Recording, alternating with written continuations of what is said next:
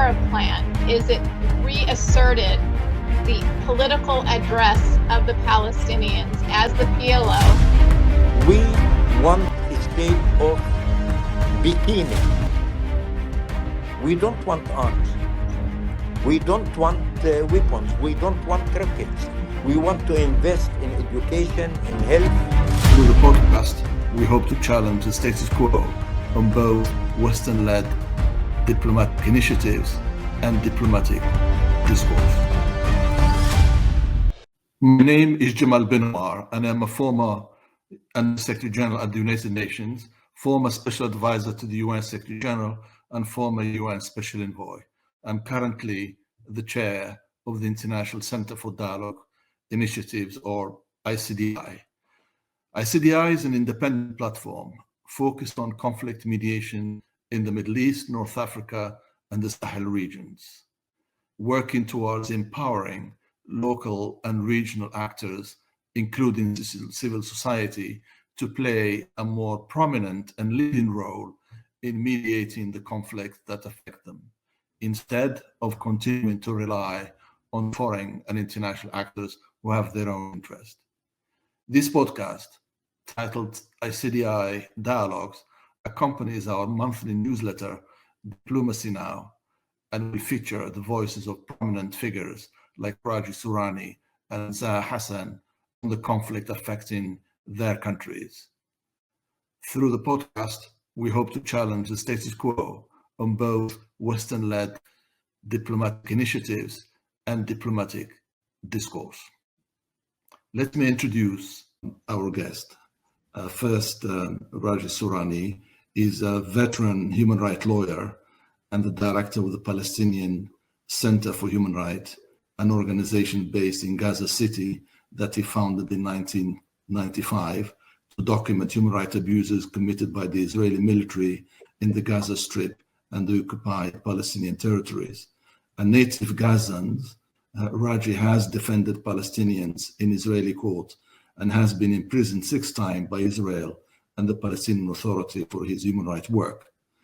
Mr. Sourani was a key member of the legal team that took Israel to the International Court of Justice on a charge of genocide. He left Gaza with his family in early 2024 after narrowly escaping an Israeli airstrike. Raji continues to document abuses committed by Israel and speak internationally about justice for war crimes committed during the conflict. He has been active in the promotion of human rights in many other countries also, including Libya, Syria, and Yemen. And he is cited regularly in international publications. Welcome, my friend, Raji Sourani. The last time we met was many, many years ago. This is in Gaza. And I remember having lunch with you at a wonderful restaurant overlooking the beach in Gaza. Yeah. It's been a long time. That was the time when the UN established its first human rights office in Gaza. If you remember, you were working at the time with our friend Craig Mukhaiber and others. Welcome to the podcast. Thank you so much, Jamal. Yeah. And let me introduce our distinguished participants in the podcast, Mrs. Zaha Hassan.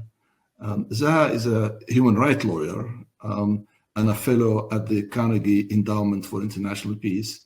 Her research focuses on Palestinian-Israeli peace, the use of international legal mechanism by political movement, and U.S. foreign policy in the region.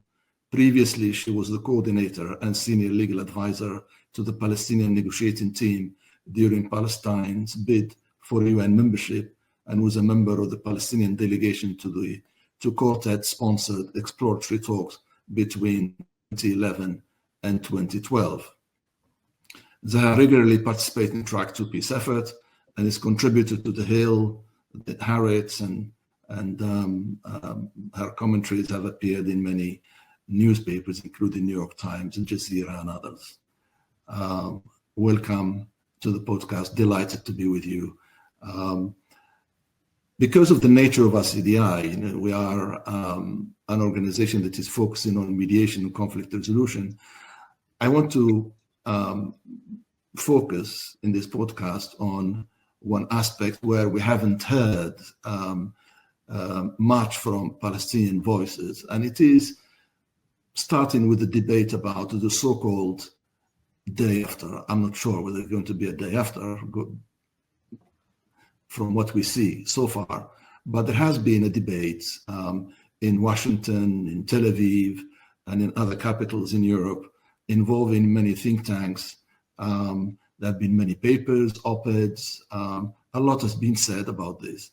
And but everything that we heard about the day after was from the usual think tanks and usual prominent Western commentators. We haven't heard much really from Palestinians. And but more recently, you know, this debate has evolved because we have President Trump, who interjected in this debate by launching his own idea of the day after. But we have also an Arab initiative that is endorsed by Arab countries, although it was developed, you know, by, as I'm aware, by Egypt initially, but it seems that it's been adopted now by Arab countries generally. Let me start with a question to Zaha first. Can you tell us what's the latest in terms of the debate in these Israeli Washington circles and think tanks, you know, about the day after, you know, generally, and then we'll come and talk about what's been the impact of the Arab initiatives. Sure, and thanks so much for having me. It's really a pleasure to be with Raji, who has been a hero to those of us in the human rights community working on Palestine issues, and I really appreciate being with him to talk about this. So let's step back a bit. You know, before we had this Arab plan, you know, what was the conversation in foreign capitals around the so-called day after in Gaza? The conversations were extremely problematic because what was being discussed was essentially a day after for Palestinians without Palestinians. And this notion of a day after is incredibly problematic because for the last 16 months, while an ongoing genocide was taking place, the conversation was mainly focused on this day after, with the idea that, you know, by the time we finish that conversation, there'll be nothing left of Gaza to be talking about or its people. And so that it was very troubling for those of us in the human rights sector to be witness to this. But now we do have we do have ideas of what the plans with the most currency, at least in Washington and with Israel and maybe some other foreign capitals. And the plan is essentially that, you know, governance would be taken care of by some consortium of multinational states, and security would be taken care of, internal security and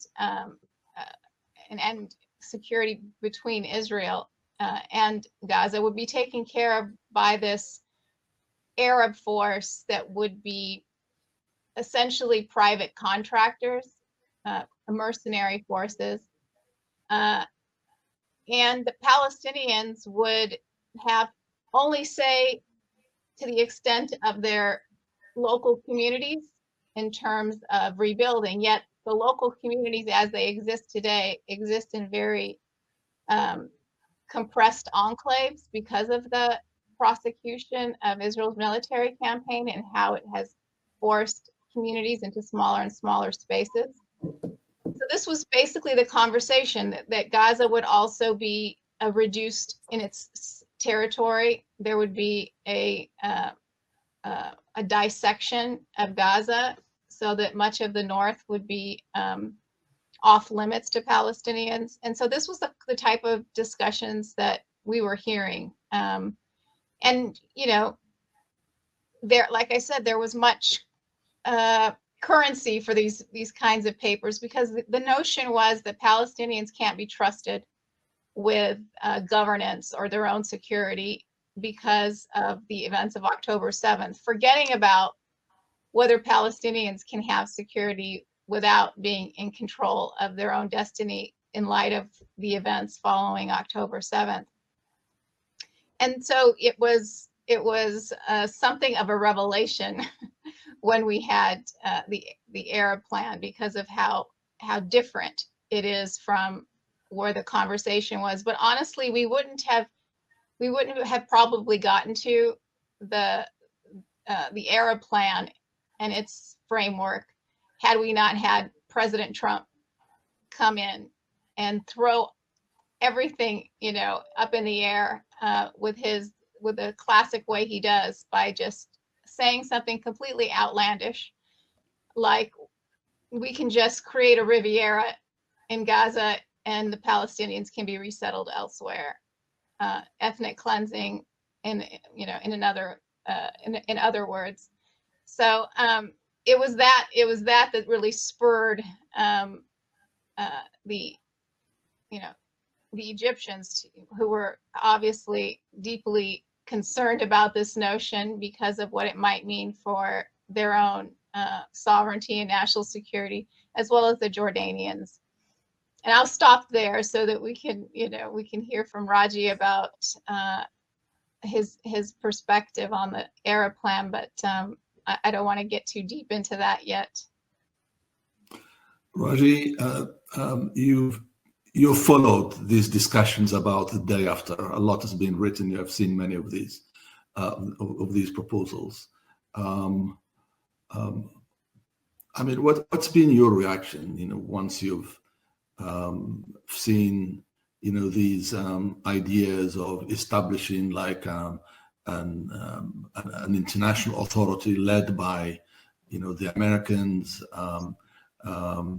a governance that is for Gaza that is dominated by a coalition of some internationals led by the US. Obviously, it's like if there is no Palestinians who can take care of themselves in Gaza.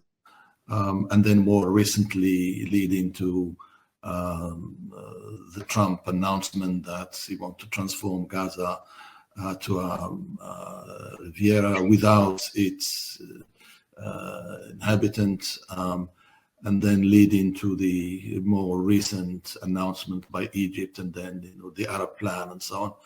I mean, what's your reaction to all this?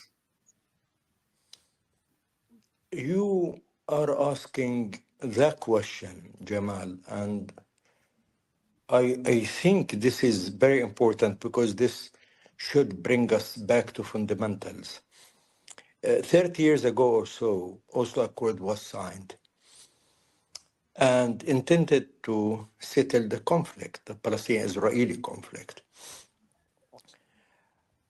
They compromised since day one.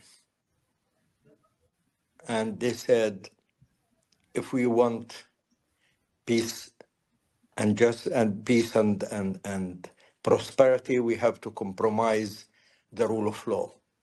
As if peace do contradict the rule of law.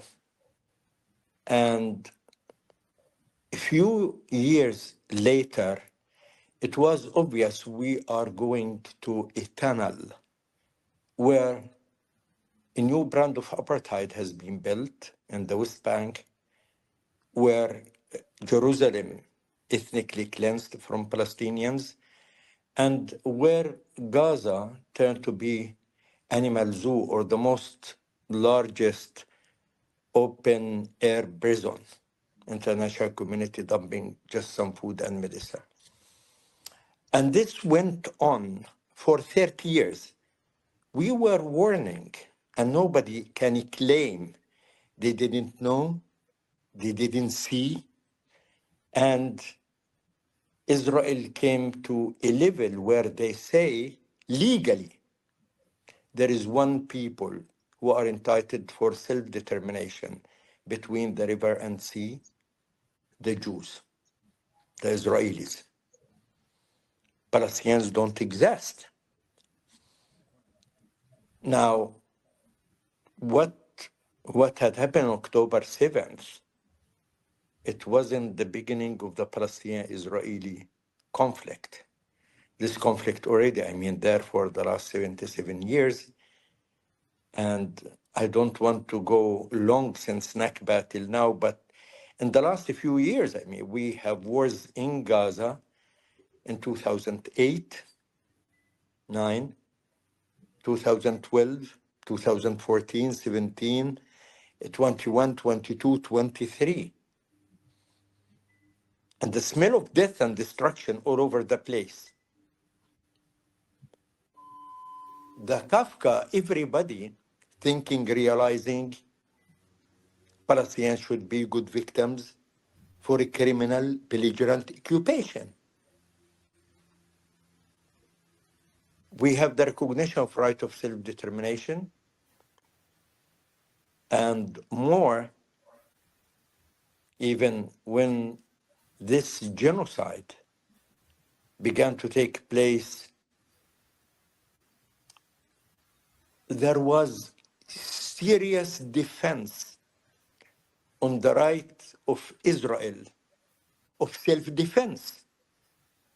This was adopted by US and the Western countries.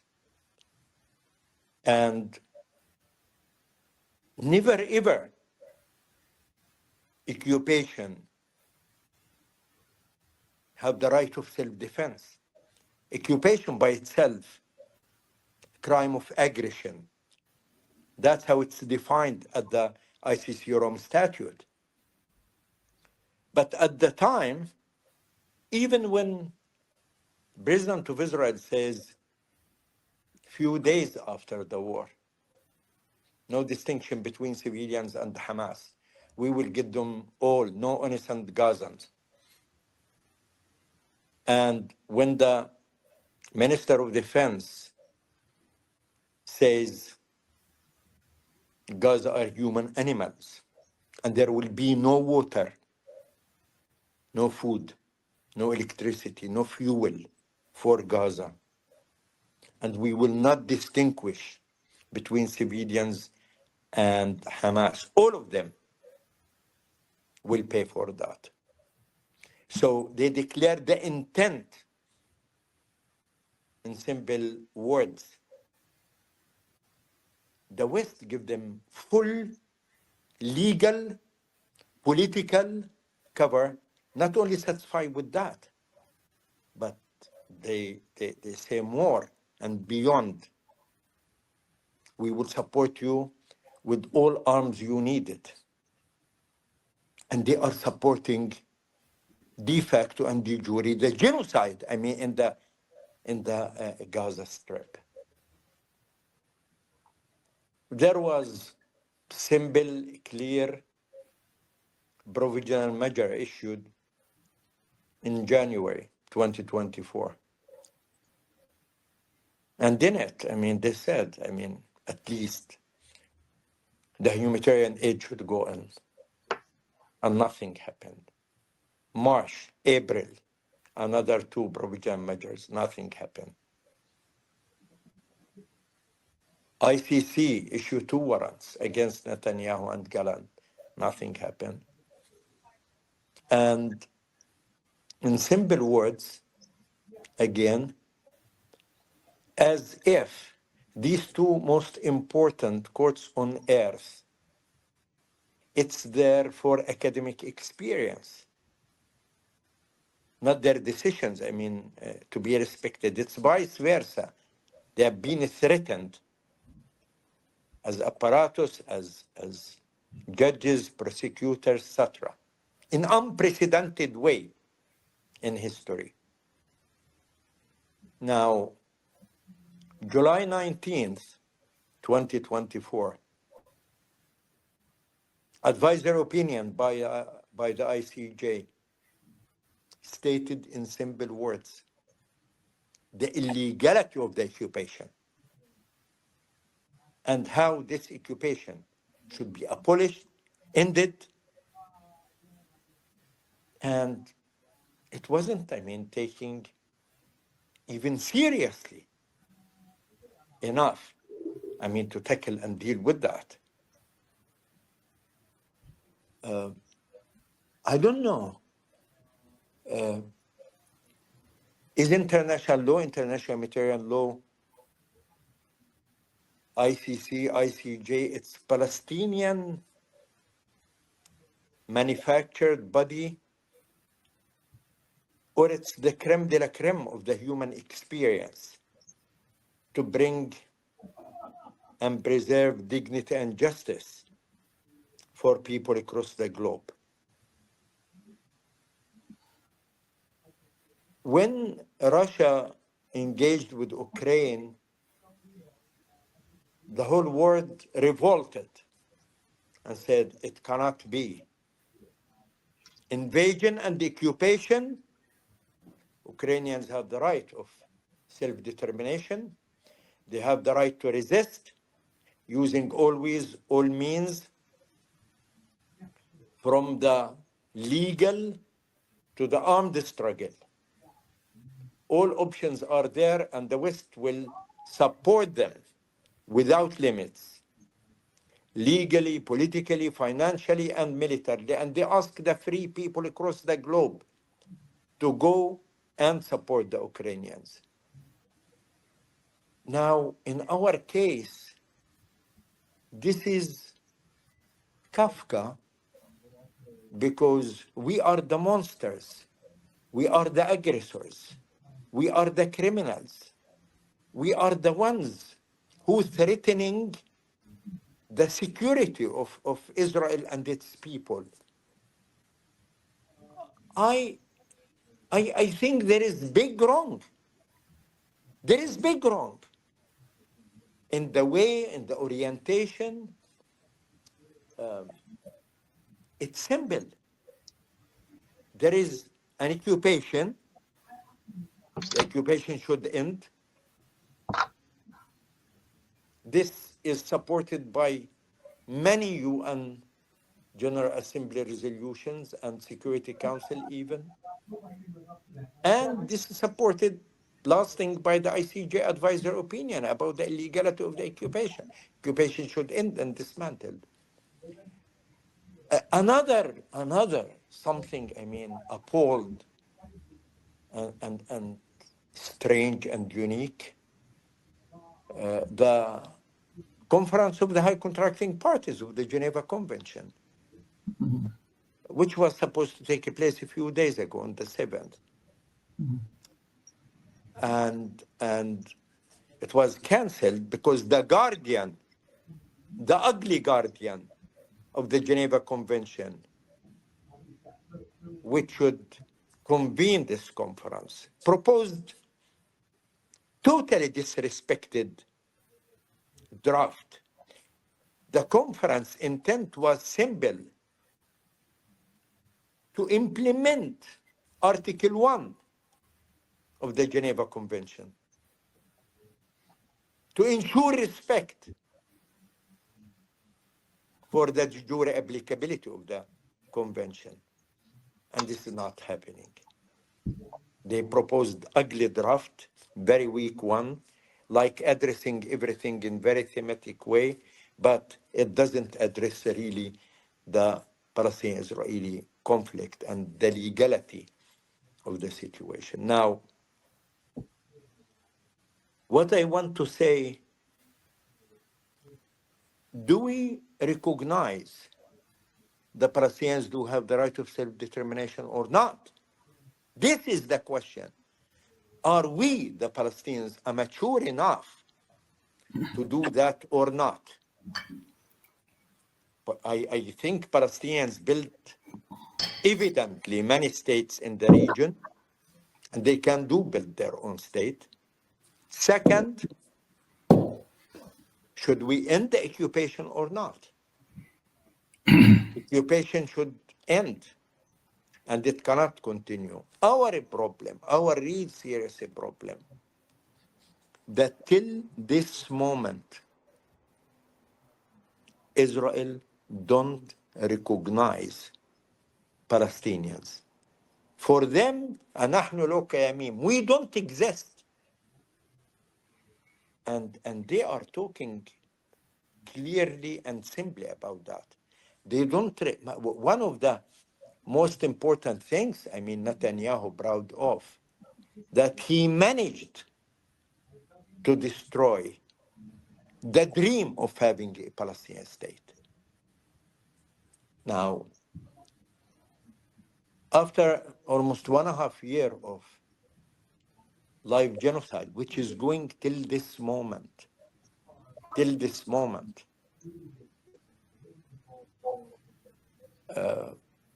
the Arab plan, I think, clear, simple, and it just making emphasis of nothing on earth can justify pushing 2.5 million people in Gaza to Sinai and 3.5 million Palestinian people to Jordan. And there is no right for any to do that, whether it's US with its mighty, or Israel with its criminality, or the West, I mean, you know, supporting that. And they said, in simple words, no for kicking Palestinians out, no for a new Nakba. And Arabs will rebuild Gaza with Palestinian hands. But to do that, and that's number 3, we have to have political horizon. Political horizon means Palestinian state in Gaza West Bank, including East Jerusalem. This is just bringing back to the track the entire discussion. And this is, I mean, the real challenge. And I don't think, I mean, Palestinian need, you know, just for more food, for more aid, for more charities. I think they showed that they are determined more than any time before not to give up.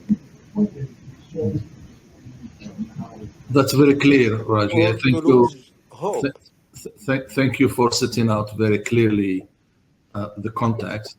You know, what I take from you also here is that when it comes to the Arab initiative,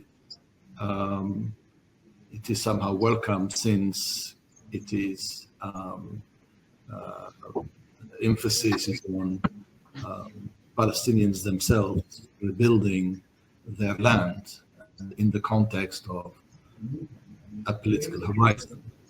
So what I understand from you is that it is welcomed by the Palestinians, but the devil is in the details. This plan has many aspects. You know, I just want to hear, Zaha, if you could take this question. You have seen this plan. You have seen the general idea. But when you dig deep into many of the details, is there anything there that you think require further reflection or discussion? Yeah, thanks. First, I just want to build off of something that Raji pointed out, which is, you know, this internationally recognized right of Palestinian self-determination. This was reaffirmed in the ICJ advisory opinion. And there was also the recognition that third states have to do everything they can to see the realization of Palestinian right to self-determination. So when we have this on one hand, and we've had these past proposals on the other, which really stripped, not only did it strip Palestinians of their agency, but it it attempted to sideline any Palestinian national body as the address, the political address for Palestinians. Why? Because it's an attempt at politically erasing Palestinians as a national group. And so what's important about the Arab Plan is it reasserted the political address of the Palestinians as the PLO, and the territory of that of the area for Palestinian self-determination as the occupied Palestinian territories or the state of Palestine. The state of Palestine exists, and it may be under occupation, but it exists. It's been recognized by almost 150 countries around the world. And so we need to start from that basis, that there's a country under occupation and its people are threatened with ethnic cleansing and displacement and genocide. And so what's important about the Arab Plan is, yes, it recognized the political address for Palestinians.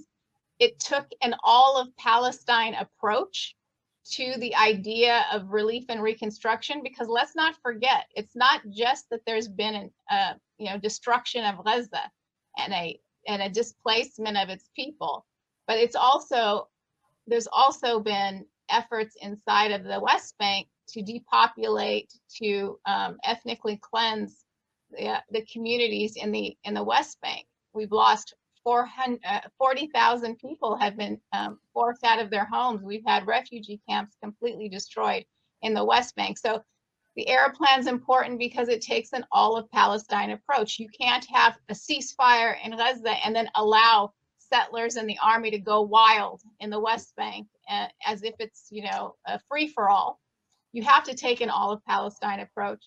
It also talked about, the importance of, the government of Palestine overseeing this administrative body. Yes, we need an administrative, committee of technocrats to take care of reconstruction and relief in Gaza, because we have to deal with the disunity, the political disunity among Palestinians, and how we're going to bring Hamas within the PLO and outside of governance of Gaza, so we can get through the relief and reconstruction phase. That's pretty much across the board. International donors have indicated they're not going to support rebuilding Gaza if Hamas is the governing authority. And Hamas itself has said it doesn't want to govern Gaza. It would prefer to have the Beijing agreement implemented. It would prefer to be folded into the umbrella of the PLO and to be part of the national solution, the political solution that will see an end of occupation and the realization of Palestinian self-determination. So we have agreement from Hamas, from the Arab governments about what needs to happen in terms of governance. Palestinian governance, Hamas outside, PLO is the overarching national address for Palestinians. And it also recognized that, as Raji said, that's important, Palestinian hands are the ones doing the rebuilding. And this is also very, very important, because this shouldn't be an opportunity for multinational corporations to come in and to profit off of the destruction that is happening in Gaza. Another important thing that was in the Arab Plan was a reaffirmation of the importance of UNRWA. UNRWA is not just a relief organization that has kept Palestinian refugees educated, clothed, and fed, and all of these very important things that they do, but they're also emblematic of the unresolved nature of the Palestinian refugee issue. And this issue is paramount among Palestinians, because it's not something that happened just in 1948. It's an ongoing displacement, and we see it in Gaza again with this interest in resettling Palestinians elsewhere. So these are all very, very important ideas that were encapsulated in the Arab Plan, that was accepted not just by Egypt and Jordan and the state of Palestine, but also by the Kingdom of Saudi Arabia. and the United Arab Emirates. And these are countries that have some currency in the United States because of the interest in the US for rebuilding Gaza and for normalization between Israel and the Gulf states. So what has to happen now is there needs to be, and I think this is also mentioned in the communique, there has to be a concerted campaign by the Arab governments, particularly these key stakeholders, to put pressure on the United States, to put pressure on Israel to advance their plan. It's the only plan that really makes any sense, any realistic sense. That's why you saw the United Kingdom, France, Italy, and others endorse it. I have yet to see the EU endorse it, but it has spoken positively about the plan. And so you have this international consensus right now around what needs to happen. And we have some very important stakeholders to convince. Thank you. I followed this debate from the beginning, and the debate about the so-called day after and so on. And as I said earlier, it was very much dominated by the Washington think tanks and Israeli think tanks also, who were at the time bringing experts together to develop plans for an international authority to govern Gaza. It's like if Palestinians are incapable of governing themselves. I remember I was invited to a meeting where these issues were discussed, and I was asked, if I can give a bit of history of how UN transitional administrations operated in various conflict situations and so on. And I said, if you are going to look in this direction, you're assuming that there are no people, no capacities, for Palestinians to govern themselves. And if there is any experience that I think Palestinians can get inspired from, I said it's from the Rwanda experience. I was one of the first UN staff who landed in Rwanda by the end of the genocide, and I saw how the country was devastated. And I followed the politics of the country ever since 1994. It's been extraordinary what the Rwandans have achieved. It was a Rwandan-led effort to rebuild the country from the ashes of the genocide. And it's a great success story. The Rwanda that you see today is very much of a country that is very much developed, and all this was done with the Rwandans in the lead. International actors contributed for sure, but the government was in the lead. Nobody else. At least in the Arab plan, this issue is settled, is that any development of or reconstruction of Gaza will need to come under Palestinian leadership. And correct me if I'm wrong, Raji, my understanding is that there is consensus, more or less, among Palestinians for the need to have a Gazan authority with expertise, meaning using experts from Gaza and the Palestinian community for them to form the body that is going to lead this effort. My understanding is that this settled the debate on whether it's going to be a foreign body that's going to be imposed on Gaza, or if it's going to be Hamas, or if it's going to be the Palestinian Authority. I think here there is consensus among all sides that it's going to be a Palestinian body with the support of all Palestinian factions and entities, for this body to lead this process. So it's under Palestinian leadership. Is this more or less settled, in this debate? I think one of the Palestinian shame that we are not united and we have this political division. I don't have one single reason legitimize this vertical Palestinian political split.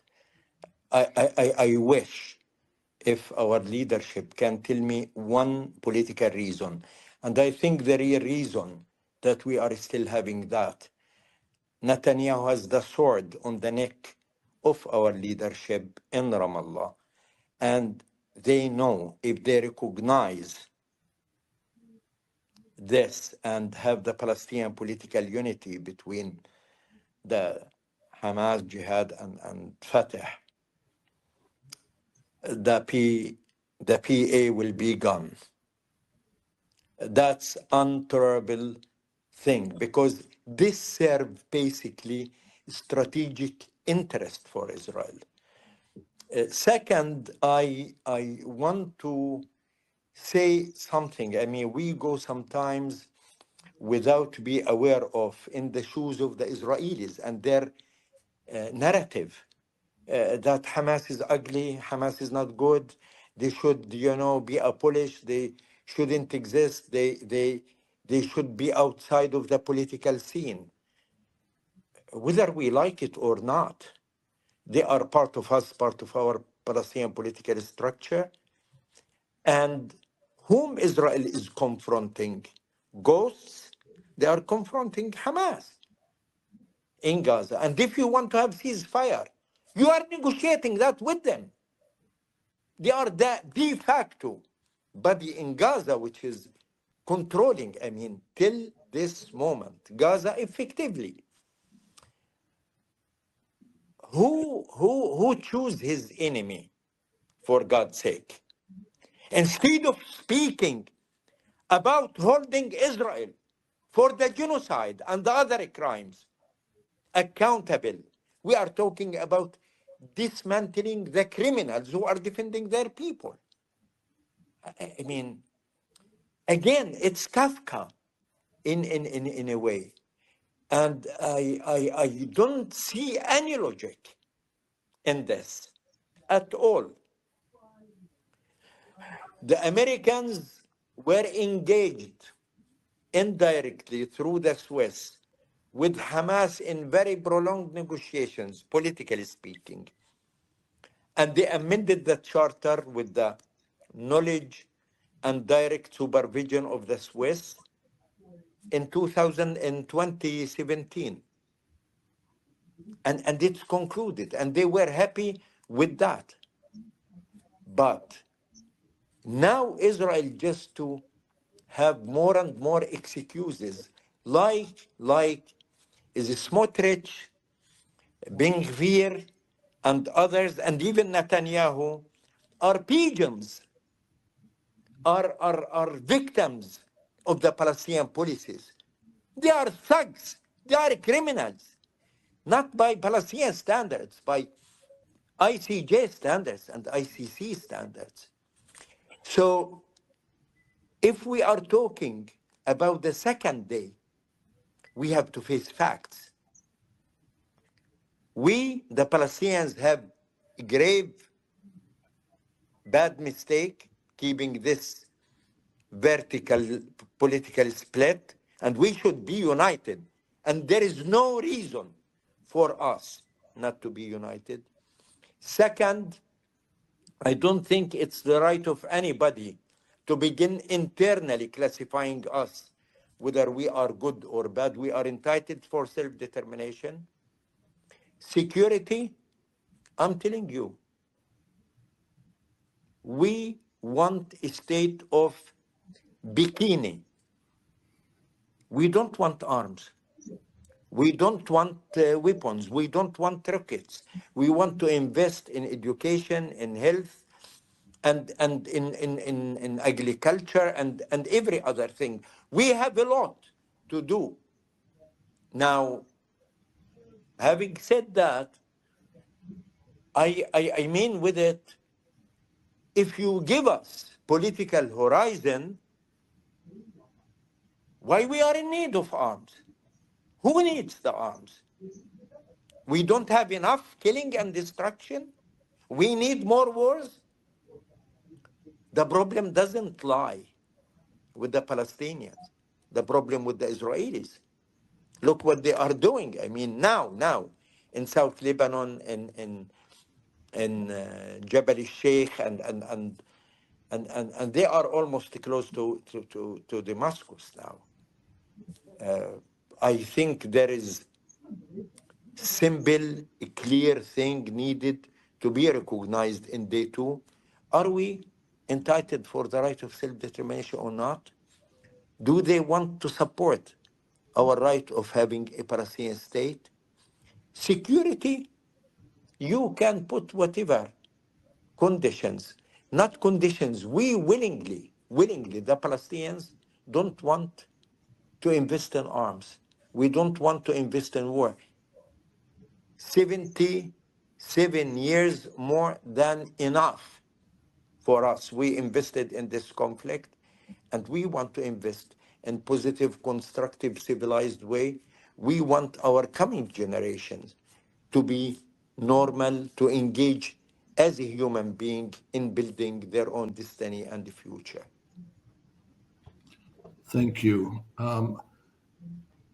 With this, I want to pick your brain on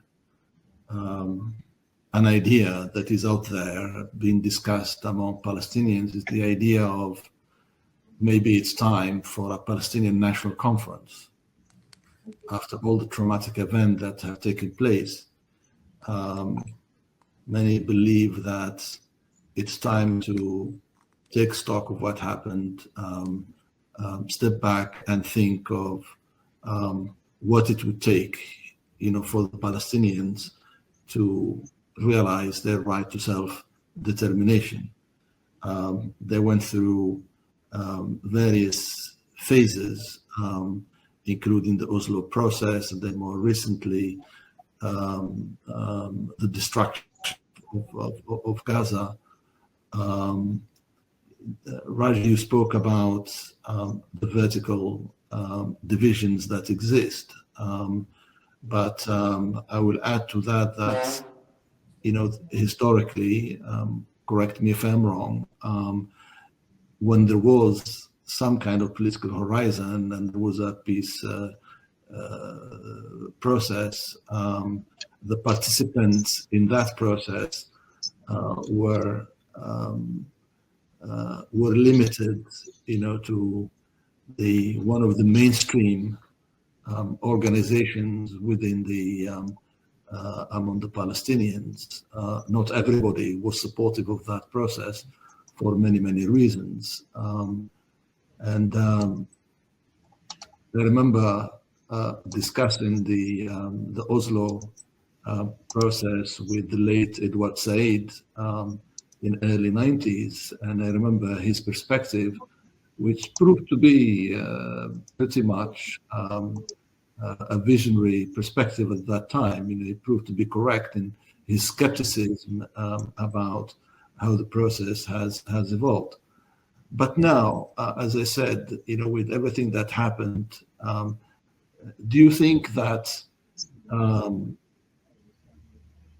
national dialogue conference is needed for the Palestinians to develop a new vision on how to pursue peace? Maybe it's time for a unified leadership, that will help pursue efforts for peace. What the status of this idea among Palestinians? Let me ask you, Zaha, because you've probably looked into it. What's happening on this front? Actually, there's quite a few initiatives that have been going on. Popular conferences, conversations about how to renew the PLO, others that are talking about maybe the PLO is, now not fit for purpose to lead, given that it's been hollowed out and, been sort of subsumed by the Palestinian Authority, which was supposed to be the agent of the PLO, not the other way around. So there's these conversations taking place already, and it's been interesting to listen in on the conversations and to be a part of some of them. There's this debate, like I said, between, can we reform the PLO, renew the PLO, or whether we need something else. And I am of the mind that this is a very dangerous idea for us to be thinking about moving away from the PLO in this moment, rather than trying to renew it. The PLO, like I said, I mean, it's internationally recognized. It has, it is, even though it's hollowed out, as I said, and its legitimacy has taken a big hit over the time period of Oslo. It's also what's our diplomatic address. It's what, is the impetus behind our legal cases that Raji talked about. So it's very dangerous to think about. And given the fact, as I mentioned earlier, there's a concerted effort to sideline the PLO and the PA and to act like these entities, these national bodies don't exist, so that they can get to the kinds of Palestinian leaders that they like. The ones that won't push this notion of self-determination, will be willing to live under indefinite occupation, those kinds of leaders. And so, I'm of the mind that no, we need to really hold on to this institution that Palestinians fought for recognition. Even Israel recognizes the PLO, right? So to think about a new body would be very problematic in this moment when Palestinians are in such crisis, So how do you renew the PLO then? These popular conferences haven't really got into exactly what that would look like.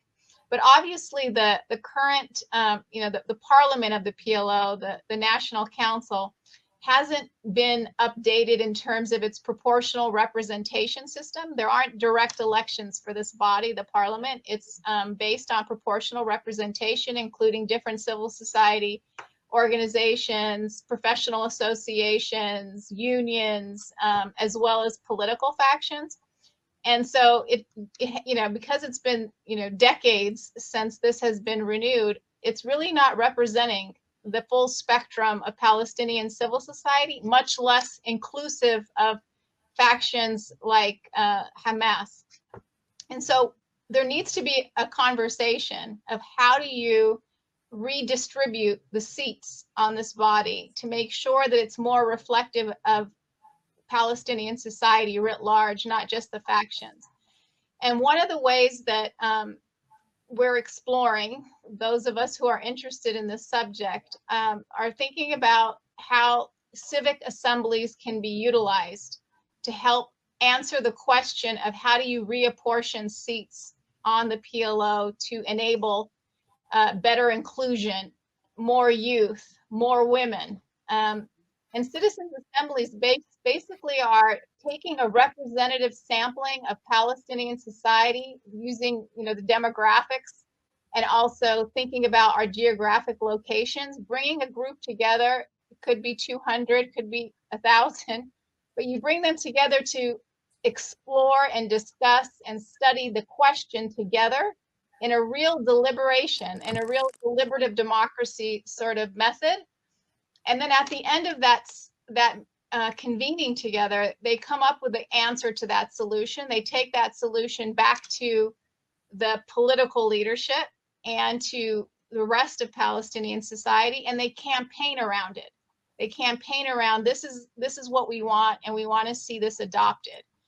So this is something that's being also explored alongside discussions around how do you hold a national dialogue with a fragmented Palestinian population. We have a lot of different opportunities now because of technology where we can meet virtually to do these kinds of things. But is that the best way? Is it a big virtual town hall, or could we think about smaller town halls in different geographic locations where people could talk about the future of the Palestinian National Project and come and, you know, and then bring those different conversations together under one in one national conference. So there are these discussions taking place. Unfortunately, you know, because of the crisis we're in, they're not happening fast enough, right?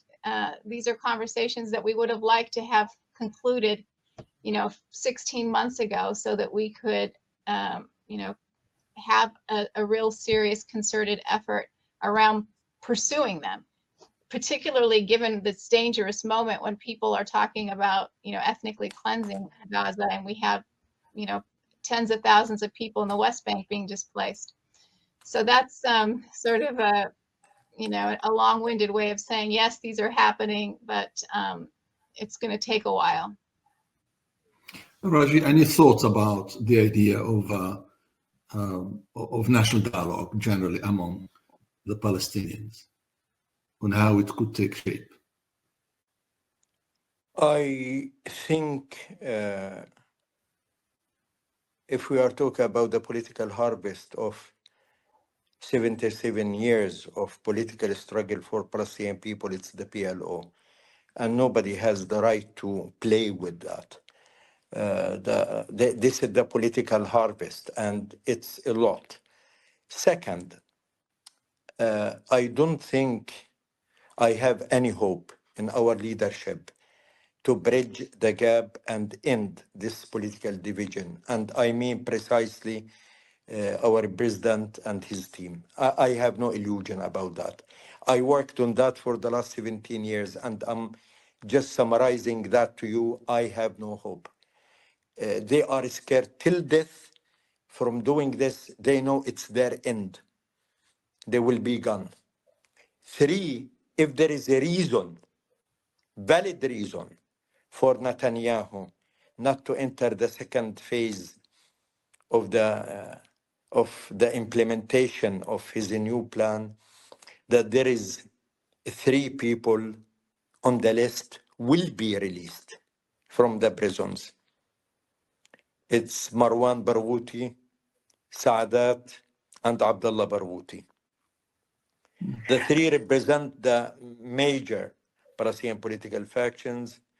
Fatah, and somebody, I mean, like Marwan, he's from the womb of the legitimacy as Fatah leader, as well as PLO leader, and Saadat of the PFLP, and Abdullah, who is Hamas. And I don't think these 3 have any differences. And the day one, Marwan will be out. He's the uncontested leader of the Palestinian people. And I think whether he's in or out will take the leadership. Whether Hamas like it or not, whether President Abbas like it or not, I mean, they will be there. And I have a great hope in this. And one of the real reasons for obstructing the deal, that such equality of people who symbolize the unity and the leadership of the Palestinian people and can galvanize the unity of the Palestinian people inside, outside the occupied territories, and being representative by all factions. With everything that happened, you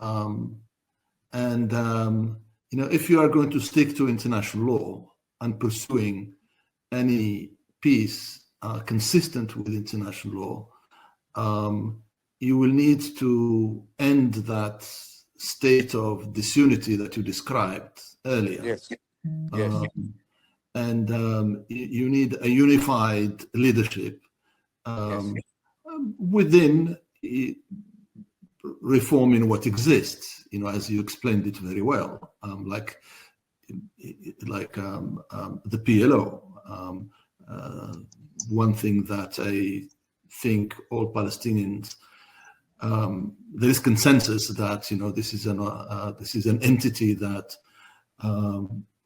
that came to exist through a long process of sacrifice, but it has deficiencies, and these needs to be fixed somehow, fixed through dialogue. To pursue peace, definitely you need to get the Palestinian house in order somehow, be prepared to pursue this peace, and including through a unified vision and a unified leadership. How do you get there? A national dialogue will be just one mean, but there could be other means to achieve that end. What do you think?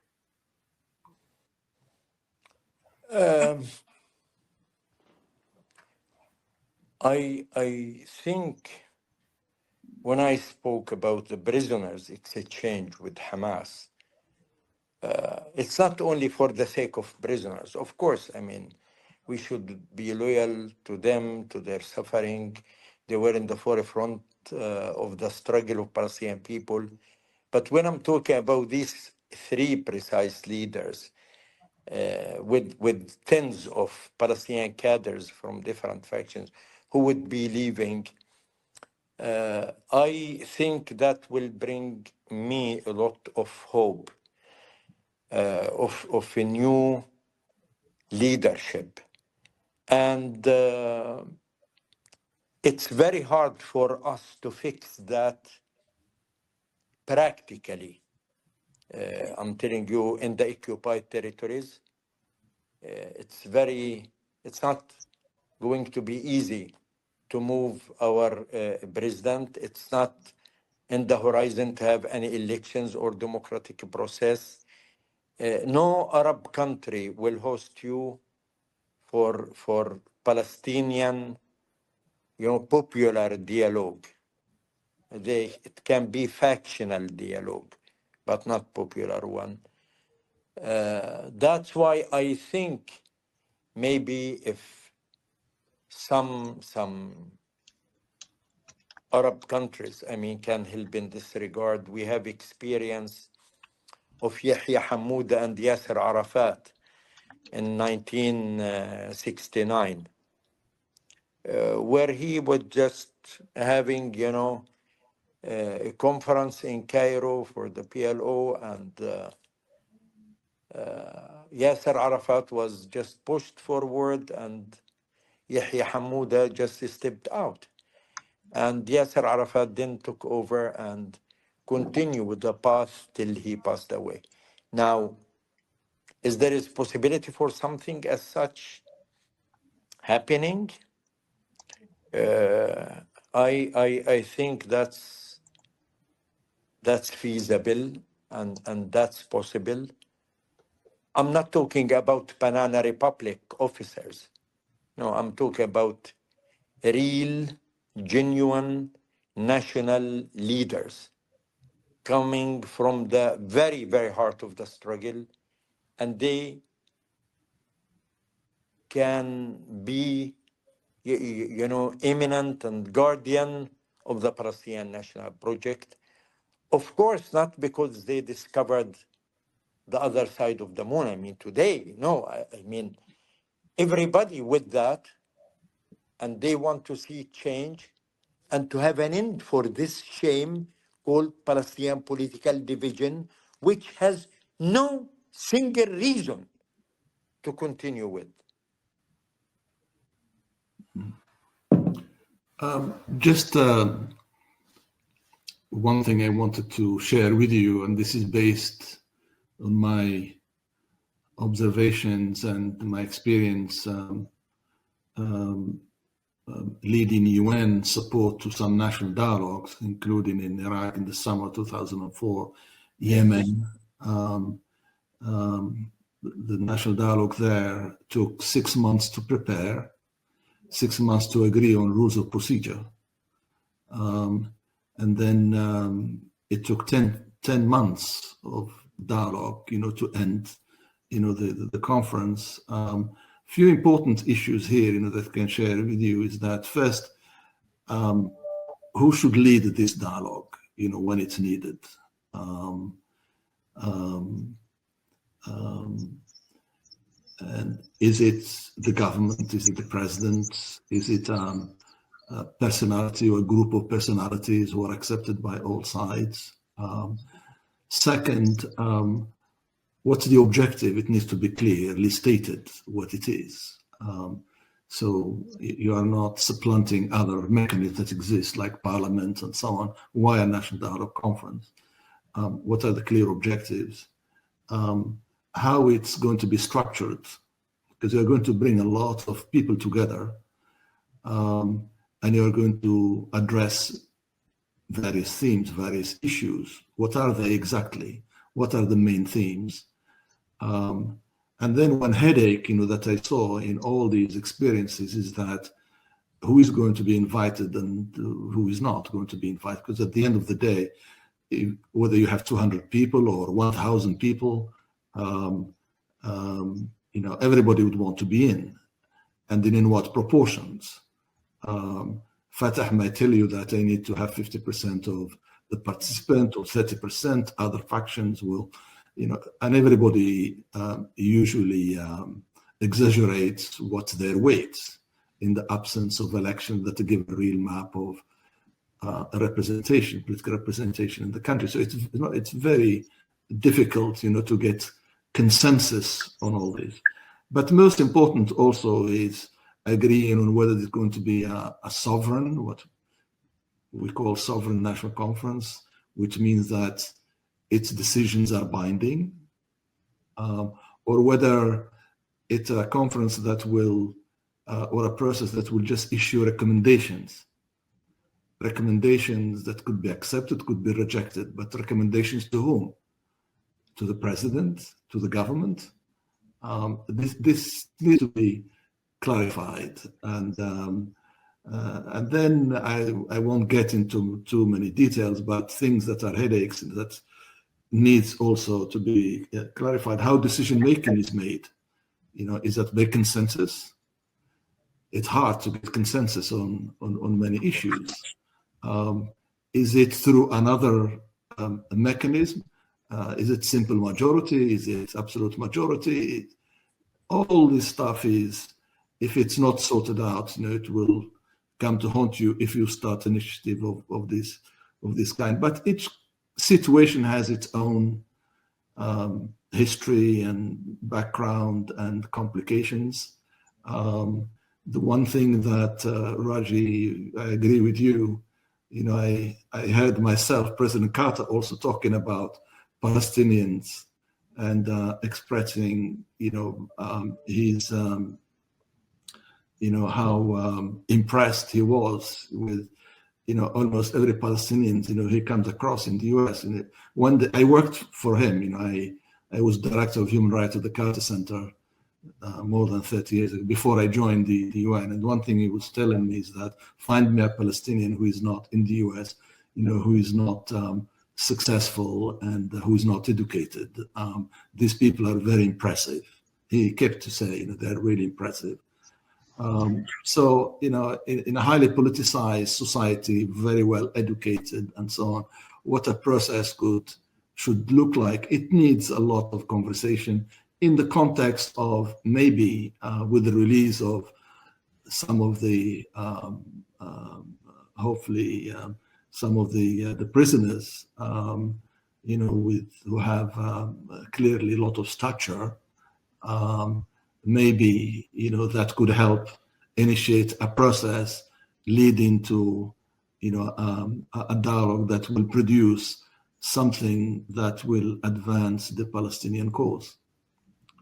And it's been unfortunate for me to be watching what's been preoccupying Ramallah in the last few weeks, and it's been moving people around in their positions instead of thinking about how to get to national reconciliation and to actually implement an agreement. So very much in agreement with you, Raji, about that.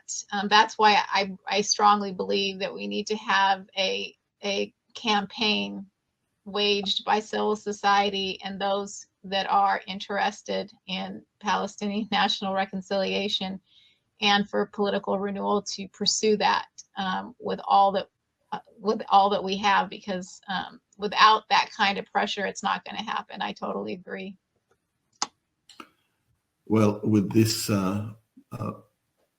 note, I think we've come to the end of our podcast. I'm really grateful to both of you for your insights and for opening up and discussing very candidly, complex issues. What happened in Palestine is very traumatic, and the prospects are still bleak.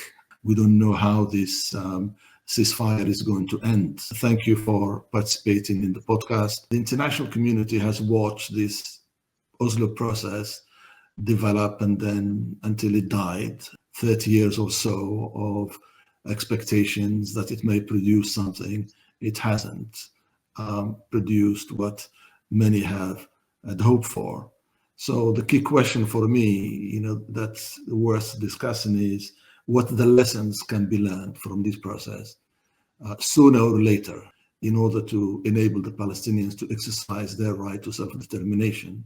Who would be the mediator or the mediators? Are you going to still rely on the US, who provided all the bombs that caused the destruction in Gaza?